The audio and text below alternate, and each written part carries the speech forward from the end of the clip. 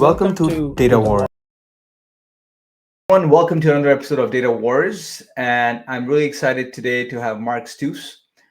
Mark is the current CEO of Proof Causal AI, and he leads a team with the only AI native MASB certified and FASB compliant causal AI offering that enables GTM teams to plan and pivot their investments in real time. We will talk about what these acronyms mean, MASB and FASB. Mark is going to educate us today.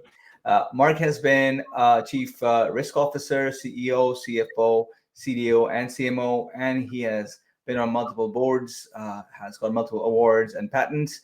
So we're quite excited to talk to Mark about causal AI and all the exciting things which he's involved with. So welcome, Mark. It's great to have you today.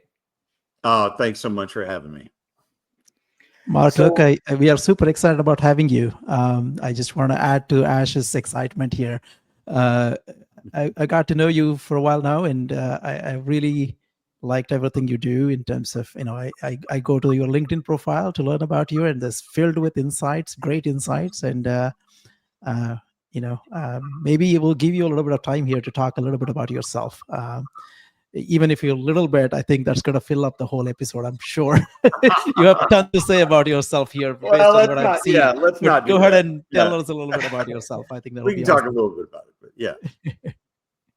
So, I am probably simultaneously, this can probably be said about most people, by the way, they are simultaneously just like everybody else, and then very, very different in some way, right? And, I started out as a Newsweek reporter straight out of school, kind of a really cool but fluky deal, right? Yeah. Where, because normally just go to the top of the mountain, right? But it was just one of those things. And I ended up writing speeches for a sitting president of the United States, and I did all of that kind of thing. Yeah. And then I decided that I was tired of not making any money, because in those jobs, you just... That can be a problem. Yeah, that's a problem. And so I went marginally better. I went to work for big agencies and did a lot of global PR of different types. And then that kind of segued into even bigger agencies, doing that kind of, more like account leadership strategy kind of stuff. I then had my first brush with entrepreneurialism. I had a defense contracting company for a while, for about 10 years, that we exited to one of the big defense primes right before, the whole Y2K thing happened. Right. Or didn't happen, as the case may be. It didn't. And then went to work for Compaq, Michael Capellas, in a fairly senior role, and then went to work for Carly Fiorina and then Mark Hurd at HP after the acquisition of Compaq, and just kind of gradually kept on not only moving up, but kind of doing a lot of this, which was sort of the beginning of the Venn diagram that my life has become, right? And so at least professionally. And so it's a pretty big Venn diagram, I must say, Mark, based on everything I'm learning about you. It's now, again, just in the last 2 minutes, you told me more about you, which is, I never knew you were working for a president and writing a script. And that's pretty amazing. Yeah. You were a physicist, or you trained for a physicist, Mark? No, I hired one of the very best at that time. He's passed away now, but he was a very eminent physicist to tutor me in logic. And that was like 20 years ago. And that was actually a huge, huge breakthrough for me in many ways. But one of the things that he figured out pretty fast was that I knew a lot about a lot, and I was very proud of it. And I it was almost like collecting baseball cards for me. It was, I sort of pursued knowledge from almost a librarian's perspective, with myself as the library. And and he was just like, do you have any idea how little you know, or how little I know? Right. And so he proceeded to, using essentially a Socratic dialogue kind of approach, he exposed me. And I kind of went through an existential crisis at that point, because that was sort of striking at the very heart of my self-concept, right? And I said something to him at one point, like, well, then what the hell does this all mean? And, what's it worth to actually, accumulate any kind of knowledge? And he said something that, he said several things, but one of them was, you use your knowledge, no matter how much you have, you use your knowledge to curate your ignorance. And I have that tattooed on my heart, my head, and he was like, so I want you to stop thinking like a librarian, and I want you to think like an adventurer, an explorer. I want you to be far more interested and care far more about what you don't know than what you do know. And always kind of be more interested in what's over the next hill than whatever's going on right here. And obviously there's a balance, right? You have to balance. That's such an important life lesson, Mark. I mean, we all tend to focus on what we know, but there's so much we don't know, right? And there's so much. There's some fun and some curiosity we all need to build in learning that part which we don't know. And then I'll say this, right? I mean, whatever humility I didn't have at that moment, I got after that working with causal inference, causal AI, right?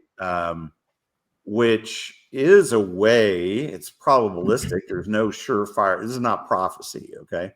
But it's about as close as we can get to really understanding what's really happening and how everything knits together, right? Yeah. And you start realizing again just how your intuition misses so much. Yeah. Right. I think that's a good ramp into sort of like really understanding.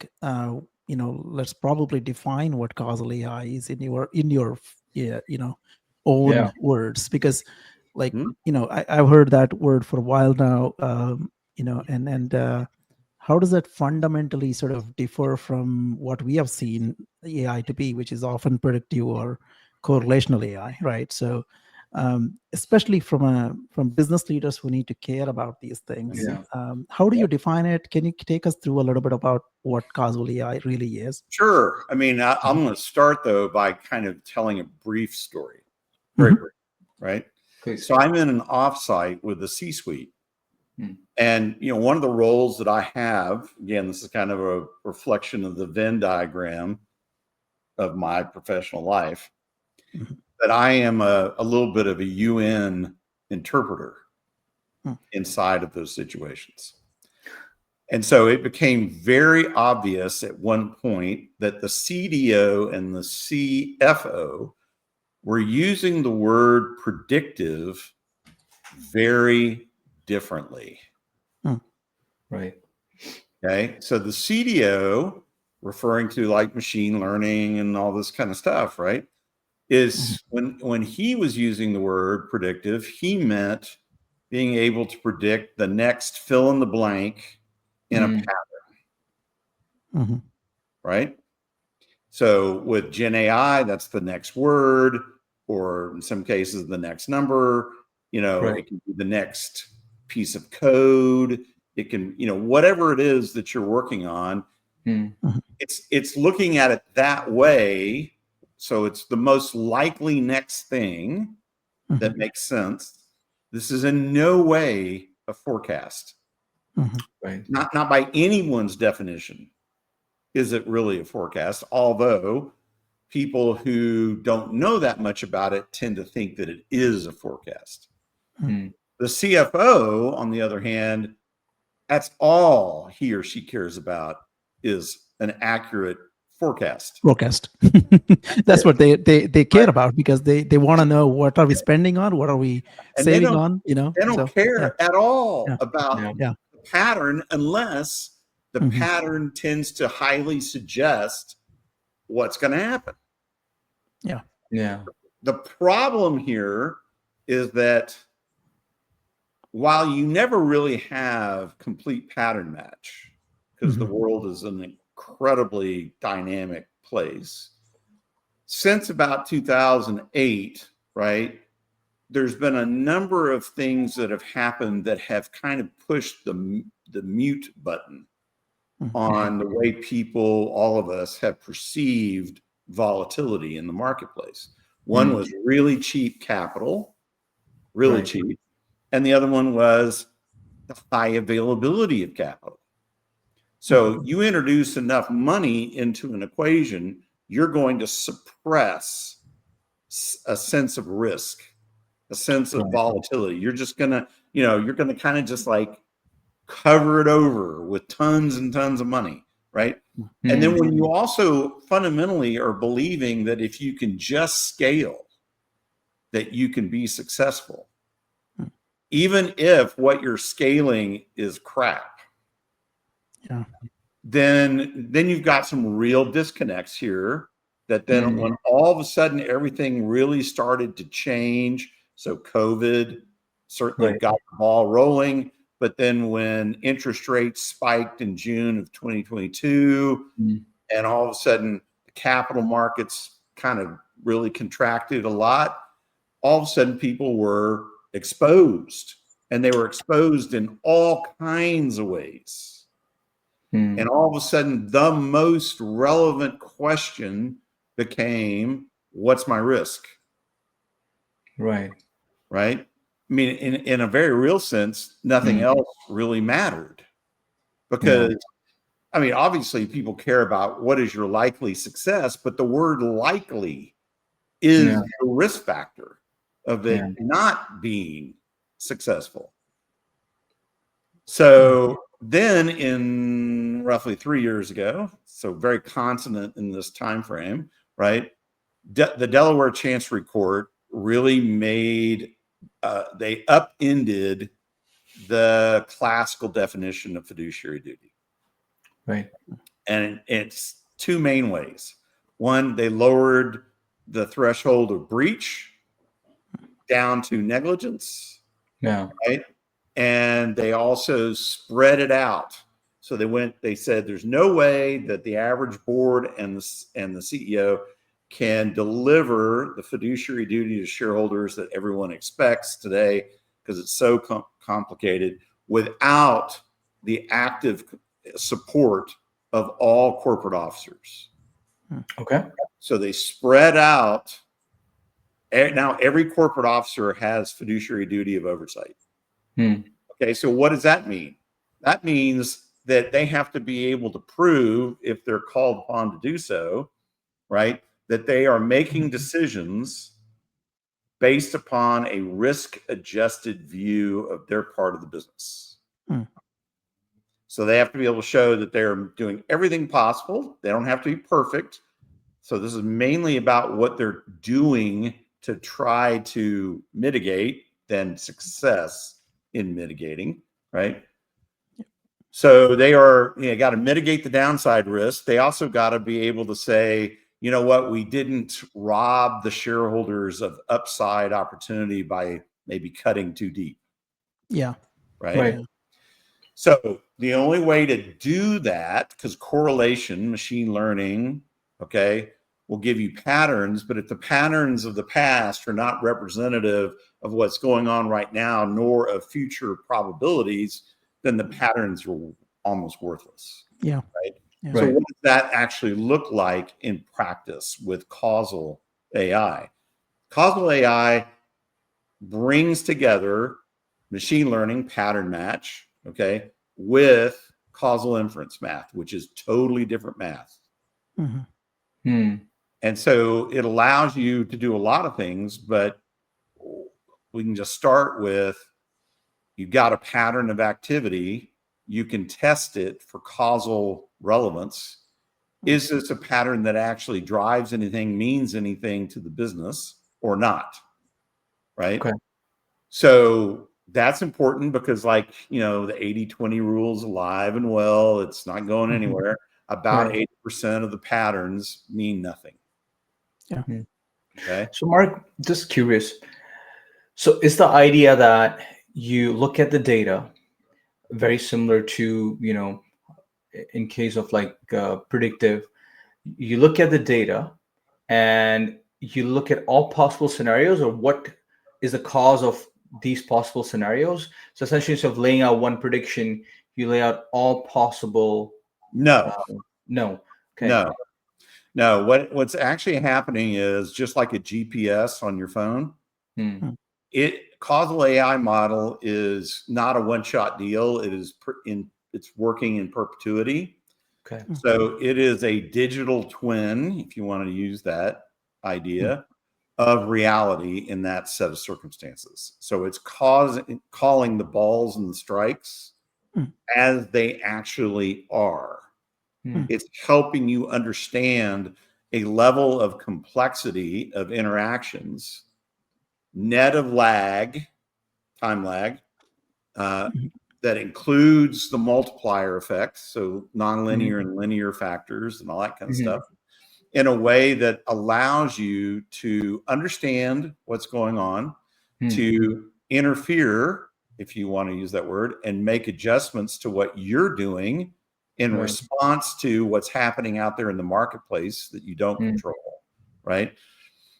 And do that on a perpetual basis. So it is it's actually a great the GPS is a great analogy for it, because it's the same math and the same approach, right? So it's the analogy that doesn't break.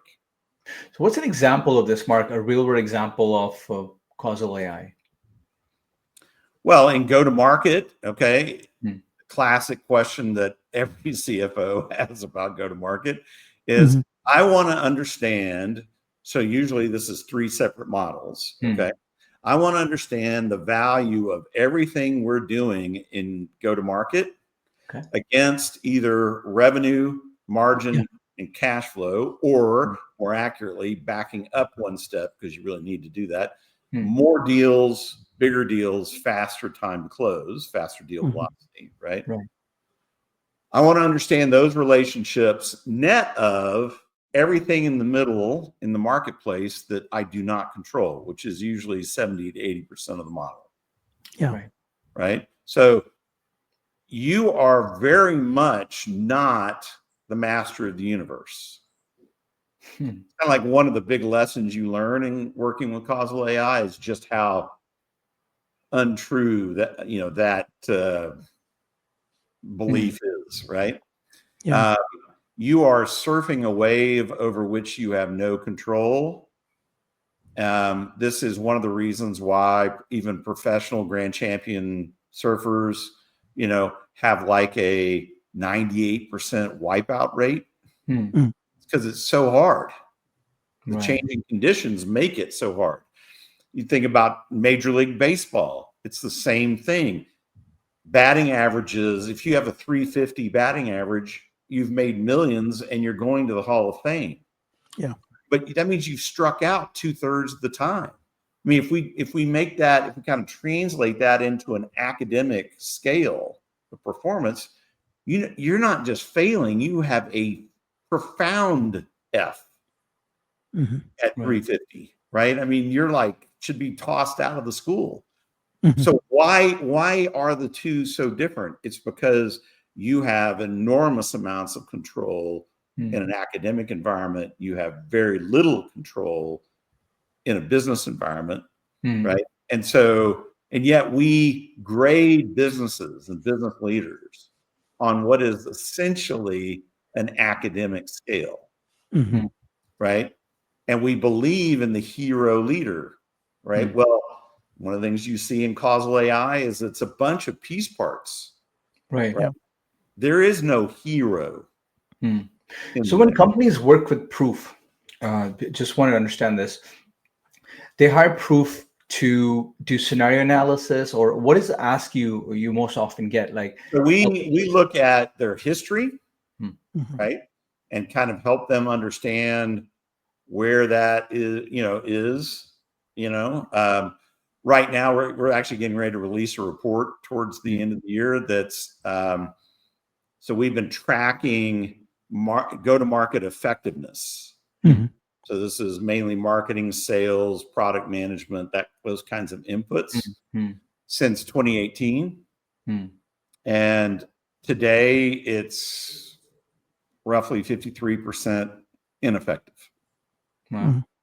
So 1 out of every $2 spent by most companies in like the global 2000, global 3000 is ineffective. It's even worse in startups. Right. And so it's really important to understand that so that you can stop the waste, right? Yeah. Move that money into the areas that are clearly performing, get more upside that way, and keep it calibrated even as the marketplace continues to change, move around, do different things, because there is no steady state.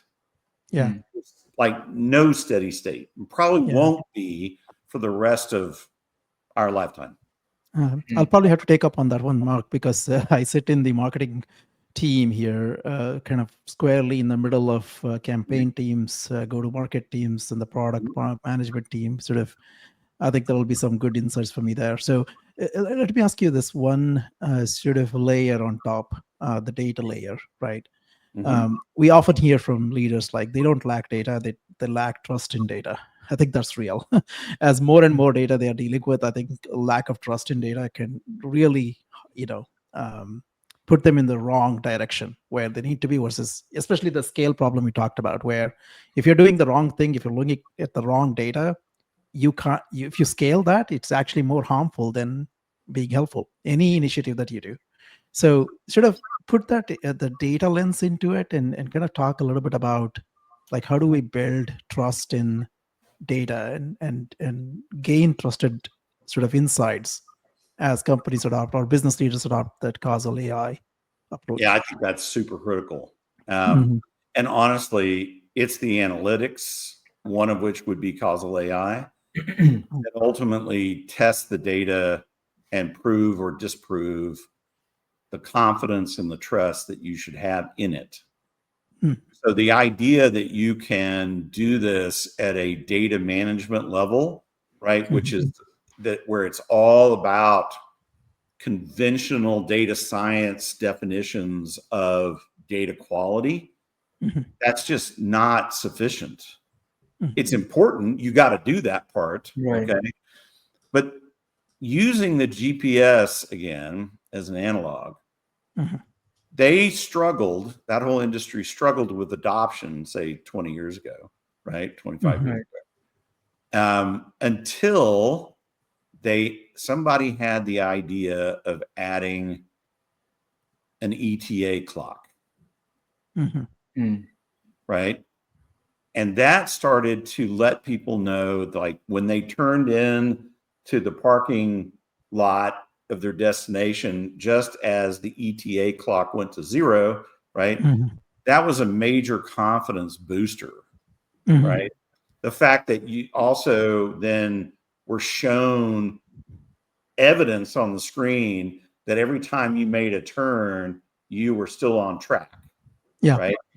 So the proof of the pudding really is in the eating. Right. And so what we find is that customers go into a situation with us with all those fears, all those concerns around data quality, don't even know if I'm right, but I'm afraid. Okay. And we tell them, look, there's only one way to find out, and that is to use the data in models.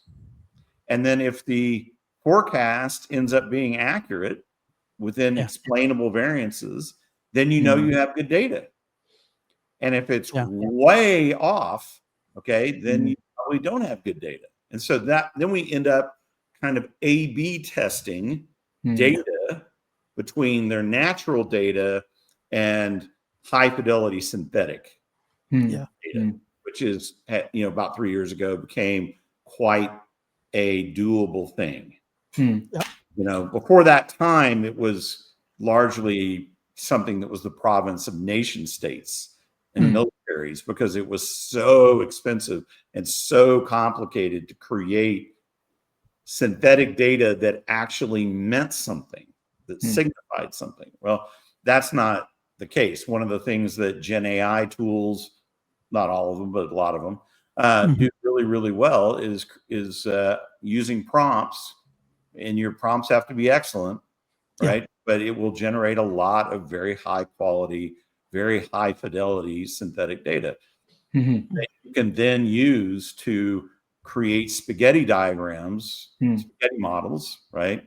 So like a hurricane tracking chart with all the little squigglies, right? Yeah.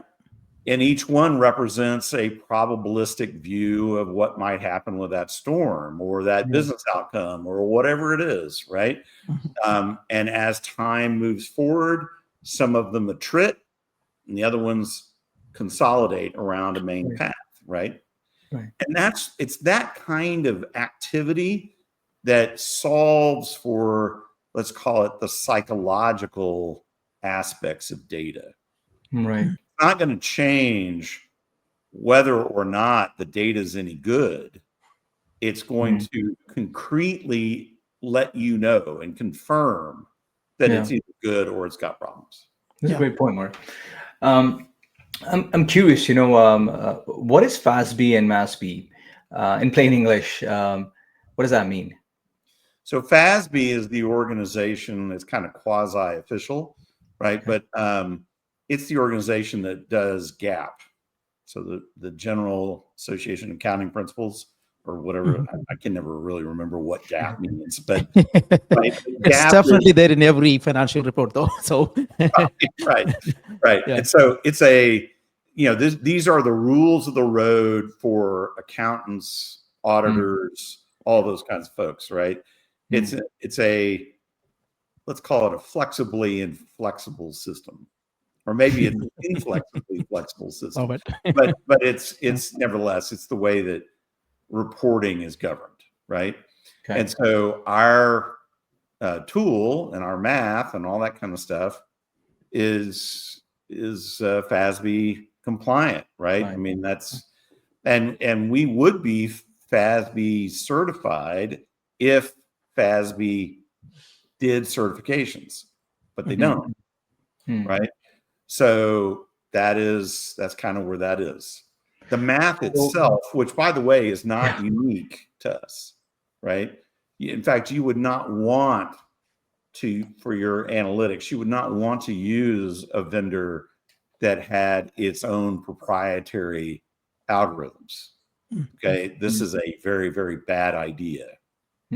And so anyone doing real causal AI is going to have the same math that we have.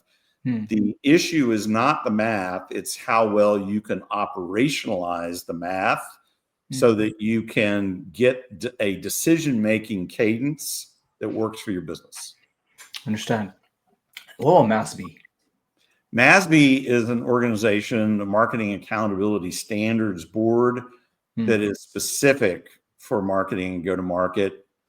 It is kind of ironic in that it is a fantastic organization that has, in many cases, not in all cases, but in many cases, has struggled to make a dent in a profession that has done almost everything possible to resist ultimate accountability for its decisions, right? And so it loved, for example, correlation, MTA, multi-touch attribution, that kind of structure, because it was very flexible and exactly the way that the CFO didn't want it to be flexible. And so it allowed them to control the narrative. And I think that so much of that is it's because there's almost no one in current B2B marketing that has ever seen proof of their impact. Yeah. And so they actually really don't know whether they've been successful their whole career or not. And so they're kind of afraid to find out, which is totally human and totally normal, right? Yeah. The cool thing is that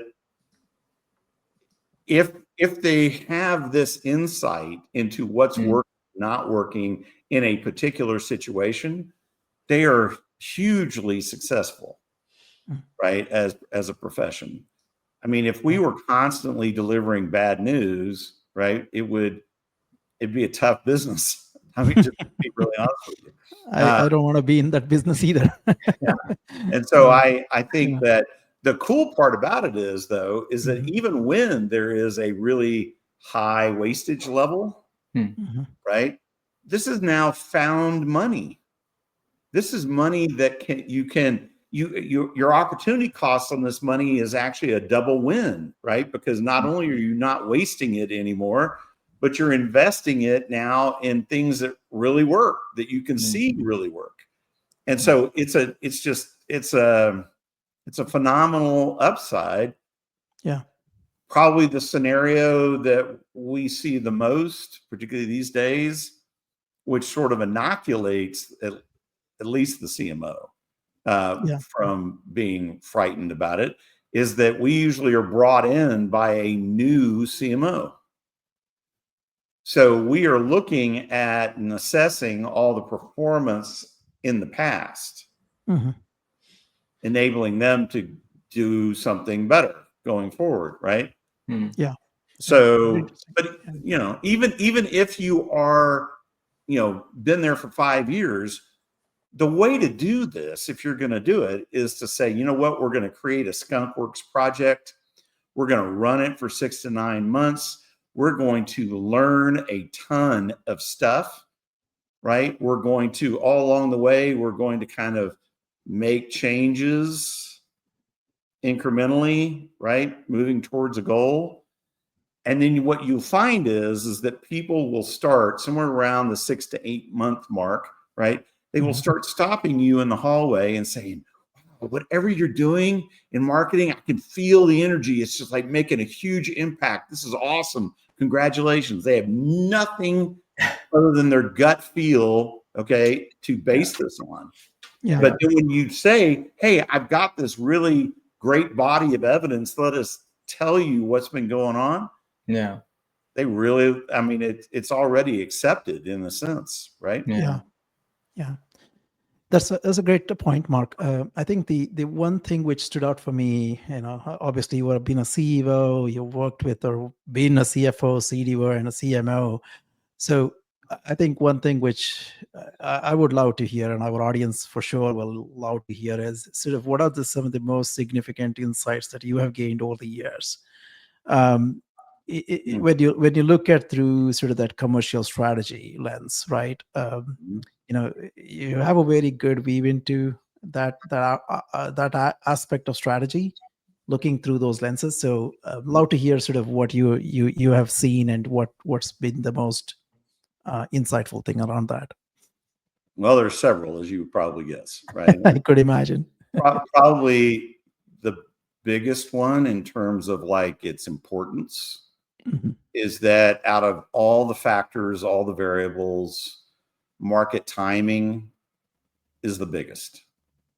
And the problem, of course, is that just like the Wall Street says, about catching a falling knife, right? You can't model that, right? It's not knowable in advance. It is only in retrospect that you see it. And it's entirely out of your control. You cannot generate enough demand from scratch. You cannot be persuasive enough to build a company in a solid, meaningful way if everybody out there in the audience doesn't really want to have any real interest in what you're doing, right? And so that's key. You're also not the center of the universe. Neither are you not important. So the way that this actually works is that if you kind of look at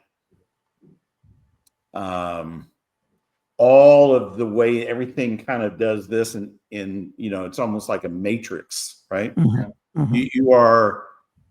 You are really small as a player in this, okay? Mm. Except at certain times, you can literally be the most important factor, right? And then you'll sort of go up and be that thing, and then you'll recede again, and maybe you'll never be the most important factor ever again, right? Yeah. But in that moment, it's really, really critical. And then humility, this is more existential, this is more philosophical than, but it definitely has actually an amazingly hard edge practically speaking. I used to have a really puffed up ego, right? And Yeah. really, I mean, and I was really good, but not that good, right? And I had a really exploded understanding of my own kind of reason why God put me here, right? It was kind of like he sort of did everybody a favor by having me be born, right? And that I'm exaggerating slightly, but I want to really make the point, right? And then you kind of you start looking at causal inference, causal AI, and you like we did a model on my career, and you just kind of go, wow, I mean, the most important things that I contributed was a willingness to act. Yeah. And otherwise, it was mainly other factors, other people, other, whatever was going on that produced the result. Now, if I had gone and hidden in an apartment somewhere and never come out, then none of it would have happened, clearly. Yeah. Right. But it For might have happened to someone else. for some reason, when you're talking about the exec taking a backseat sometimes, but then going up sometimes and making a really important decision, and that decision can change everything, reminded me of the movie Margin Call. You guys probably have seen Margin Call. Yeah. I love that movie. Love that movie. I absolutely one of my favorite. I watched that numerous times, Yeah. and it brings back the memory how Jeremy Irons in that movie kind of comes in the middle of the night to make an important decision, which would change the trajectory of the company, obviously, right? So it's an interesting thing. Do you know why I'm here in this Yeah. chair? Do you know why I'm in the big buck? Right? Yeah, why I'm exactly that great exact line. dialogue came into my head when he says that. And why I'm paying big bucks. Do you know that he says that? That's one of the best movie lines of ever for me. So it's interesting. So I mean, it's kind of one of those things where you just I think so being an entrepreneur is, if you're open to the suffering that is part of that, there's no way that it cannot make you a better person. Yeah. It will make you a better person if you are willing to suffer kind of uncomplainingly, right? And I would say that that's not true for anybody all the time. No one is that sainted, right? Yeah. But but I think that in my particular case, for me personally, I am a little bit of a philosopher, kind of like all the time. And I started recognizing the truth in my experience. And so then I had kind of this very, very fundamental choice between, do I fight this? Not in a constructive way, right? Do I fight it? Do I deny it? Do I do that, right? Or do I say, you know what, I'm going to kind of surrender to this, and I'm going to learn everything that I can learn, because I kind of also got the impression that just because I fought it doesn't mean that the suffering was going to go away. Right. So I might as well get something out of it, right? And that's kind of where I am. No, that's great, Mark. That So is it's not beautiful. fatalism at all. Okay. Anyone who thinks that that's what this is, let me just disabuse you of that view. It's not being fatalistic. It is deciding to engage constructively with situations that you would otherwise not choose. Yeah. Yeah. Yeah. Totally. Mark, thank you so That was much amazing. Thank for you your for time sharing today. that. This was Yeah. great. Before we wrap up, where can people find you? How can they get in touch with you? I would say really, I mean, it's almost trite, right? But LinkedIn.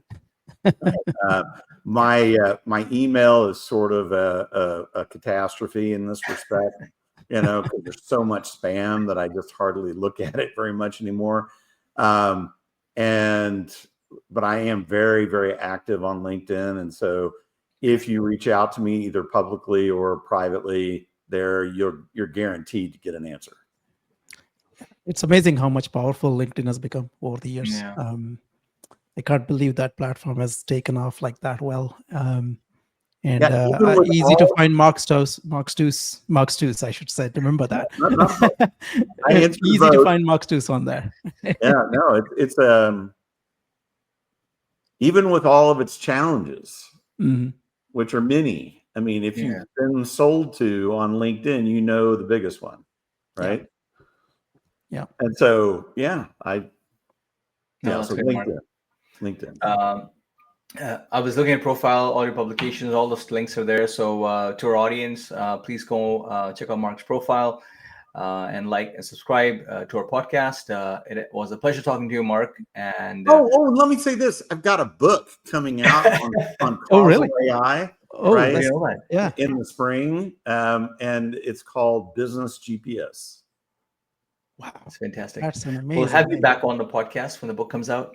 Well, we should talk just about that book. I mean, Business GPS. Well, that's such an amazing name. It's really rising up. I mean, Bill Schmarzo, John Thompson. There's a lot of the leading lights of AI that are realizing and have realized that they can only go so far with correlation based, Gen AI kinds of LLM type of structures. And that they, and so they're starting to really, preach the causal AI gospel. And so fortunately we are, known for it. So we're kind of benefiting. If you have Bill Schmarzo agree with you and be part of it, I think that's an amazing strength. He's such an amazing guy. I absolutely love everything Bill does. Hopefully we'll get Bill once to come on this podcast. Well, if if I can help at all, please let me know with that. He is phenomenal. I've taught in his class at University of Iowa. I sat in multiple sessions of him. Historically, it's been a while since I saw him on stage because the whole pandemic thing, I think, threw us off, I think, a little bit. But I know how great of a guy he is. So I think that actually what makes him great, truly great, is, I mean, he's obviously very smart, okay? But he genuinely loves people, cares for them greatly, wants the best for them. So much so that it's, for a while, it's almost unbelievable that a person could actually be like that.